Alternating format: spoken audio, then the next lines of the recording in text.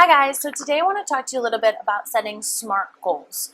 So I don't just mean being smart about the goals that you're setting, of course do that, but what I want to talk about is SMART as an acronym. So SMART stands for specific, measurable, attainable, realistic, and timely. And what that means is you're really honing in on the goals you want to achieve and how you're going to get there, right? And you can use this process for your weight loss goals, your fitness-oriented goals, your career goals, relationship goals, anything like that. It's a really great tool.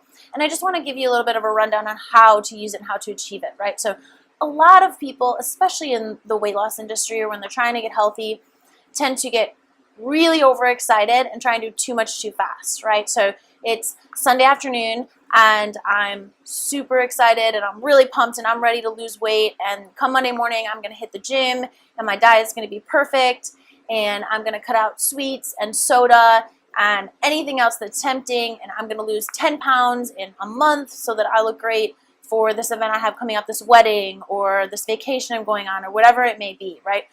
And what happens is you're not being realistic with yourself. You aren't going to lose 10 pounds in a month. That isn't going to happen. It's not healthy to do it that way, even if you ever could achieve it, right? It's very hard to go all in right away. The best way to do it is to start small, build small habits, and then build on that foundation, right? So shoot for a few new habits every week and then build upon that to really reach your goals.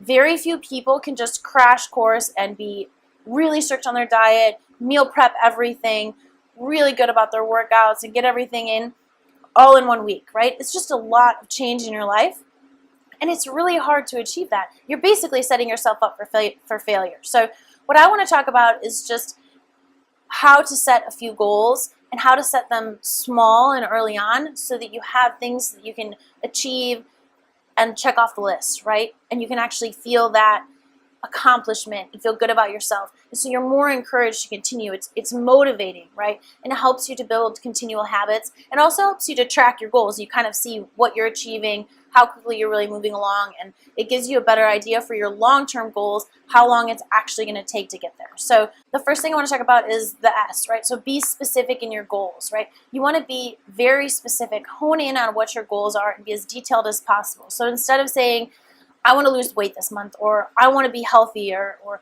I want to make better food decisions. Say things like, I want to lose 4 pounds this month, or I want to go to the gym 3 times a week for the next 4 weeks. Those are very specific goals. You know exactly what you have to do to achieve them, and you know if you do them or not, right? There's no question if you got there. You can't just feel healthier. I want to be healthier. That's not really giving you anything to work with, right? How do you track that? How do you know if you feel healthier? The next thing you want to do is make sure that it's measurable. You want to know if you achieved it or you didn't achieve it. So weight loss in pounds, that's measurable, right? You can get on a scale and at the start of the month, you weigh this much. At the end of the month, you weigh 4 pounds less. It's very measurable. You know that you got there. Number of days you go to the gym, that's a good measurable item, right? I want to go to the gym 3 days a week for the next 4 weeks. Like, that's very measurable. You know that you achieved it. Things like, I want to feel better in my clothes, or I want to just make better decisions. Those aren't measurable. So the other thing you want to make sure you're doing is that your goals are attainable, right? So physically, I see this a lot when I work with clients. People want to lose weight too fast. So the average weight loss to be healthy is 1 to 2 pounds a month. And I know that sounds terribly slow, but really, the slower you lose the weight, the more likely you are to actually keep it off.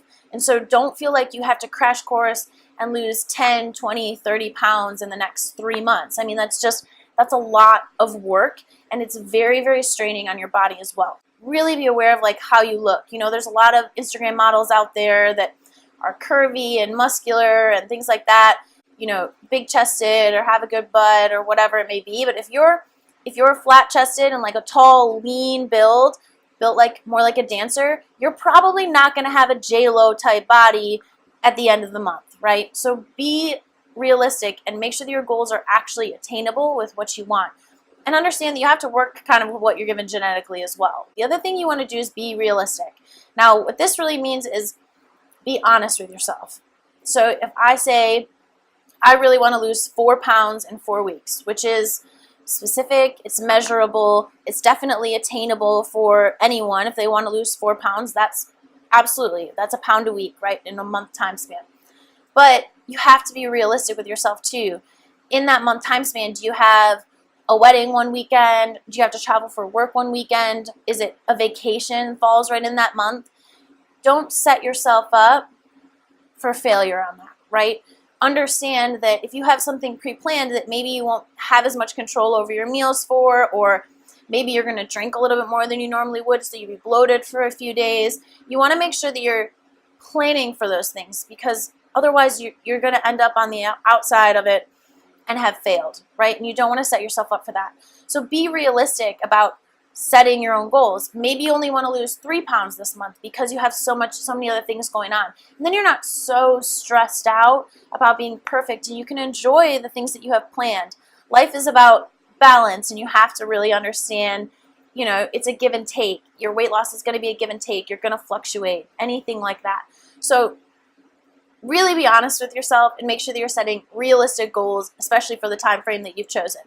Now, the last one I want to talk about is timely. So it does have to be realistic and attainable, but the biggest thing is put a time frame on it, right? And don't let these fad diets that say you can lose 10 pounds in 10 days or whatever the new thing is, don't let them sway you, right?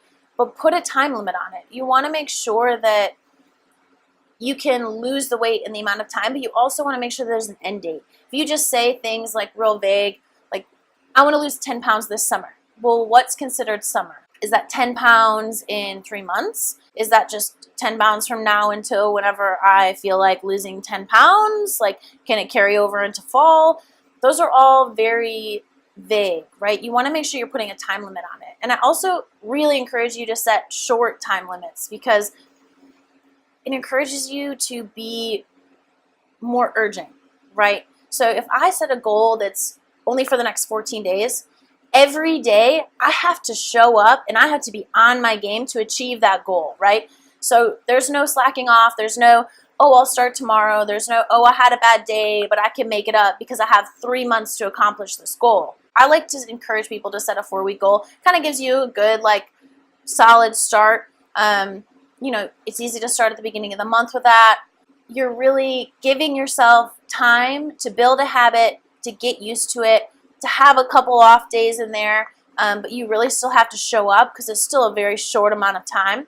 But it also gives your body some time to catch up. So if you're trying to lose inches or weight, your body may adapt slower. You may lose 2 pounds one week and then not lose the next week. And so you want to make sure that you aren't hurting yourself just because your body is slowly catching up and adapting, right? All these changes take time.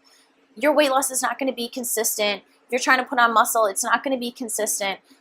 You have to get used to and allow your body to adapt to the changes that you're making, right? And a lot of times, especially when you start weight loss, you may lose a lot of weight right away.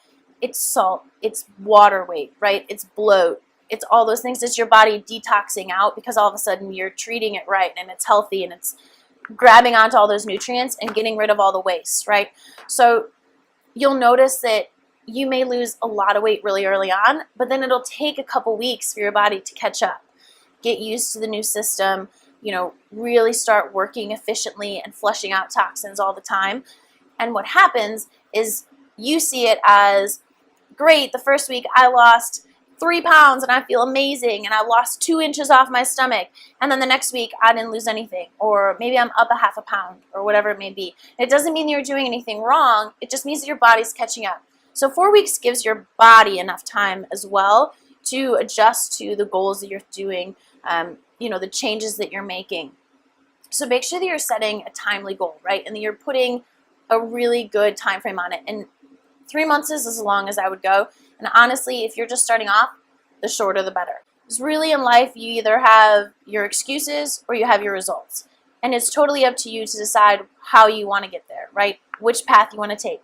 Both are totally fine. You just have to decide which one means more to you. So that's all I have on SMART goals.